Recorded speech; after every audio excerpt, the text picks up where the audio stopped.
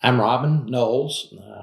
Been asked to describe the beginning of Kennco, which was in fact Kenn's machine.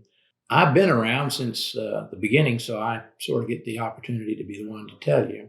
The name Kennco is derived from my former partner, Kenn McElwain, who actually started this business in early 1973. The first day of being in business was in February.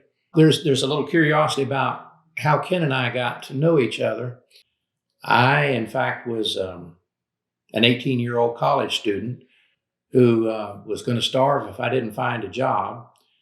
I had applied for a job at an engineering company here in Ruskin called Franklin Engineering, which became later Franklin Racing Equipment.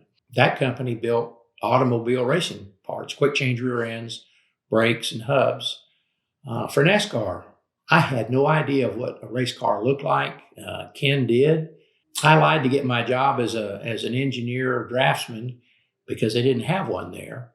And I met Kenn the same week that I started, and he and I were a good match. Kenn was lacking in formal education, and I was a university student, but he knew seemingly everything about engine lathes, milling machines, welding, and all those manufacturing processes that I hadn't a clue about. And he wasn't painful about sharing it.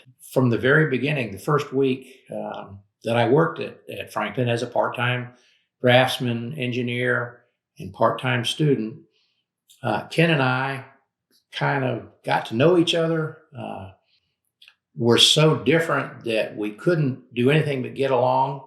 He bought the beer starting at noon on Saturday, and we'd sit around and just talk about things to do with race cars, of course. And being 11 years older than I, was a good sort of mentor.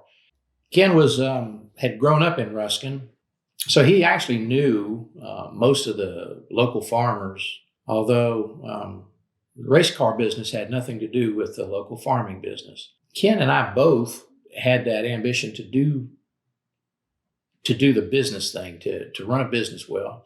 And in fact, we were lucky in that the owner of the business was Jim Franklin. Let us run Franklin Racing pretty much the way we wanted. In the ultimate scheme of things, I ended up leaving Franklin just before Kenn did, and went to run an aerospace foundry. And Kenn stayed until he really got the itch and came about 3/4 of a mile up the road over to this place where Kennco is now. And with a farmer's blessing, occupied a corner of the barn that the farmer was using, and with an engine lathe and a welder and a horizontal milling machine, made tractor axles and replacement parts for the equipment, pumps and different pieces that the farmers were using. Kenn came over here with modest ambition, just to make parts for tractors and local tomato growers. Kenn had about 1 month when it was difficult, and then he really reached his stride. He and I continued to talk. Kenn had asked me, would you please come over and kind of help me out? I think I got a good thing going. The good thing going, in fact, was that Ruskin at that time was where winter vegetables were grown. It was the perfect place, starting with tomatoes, strawberries, onions, green peppers, and fresh vegetables. He started working with some local tomato growers, just making spare parts for their tractors and any implements they might want to repair. And it turned out that Kenn, like many of us, was at the right time in the right place. It was at the very beginning when the University of Florida agricultural extension people had developed the use of plastic mulch. But it was a new concept. So Kenn, and then a year and a half later, I joined him, planning, building, working with customers to have plant setters, plastic laying machines, which evolved, bed preparation, bed presses.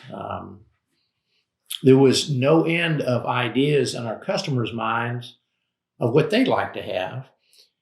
And so in the beginning years, it was Kenn's machine. It took a year and a half or so before we actually incorporated the business into what we are now, which is Kennco Manufacturing.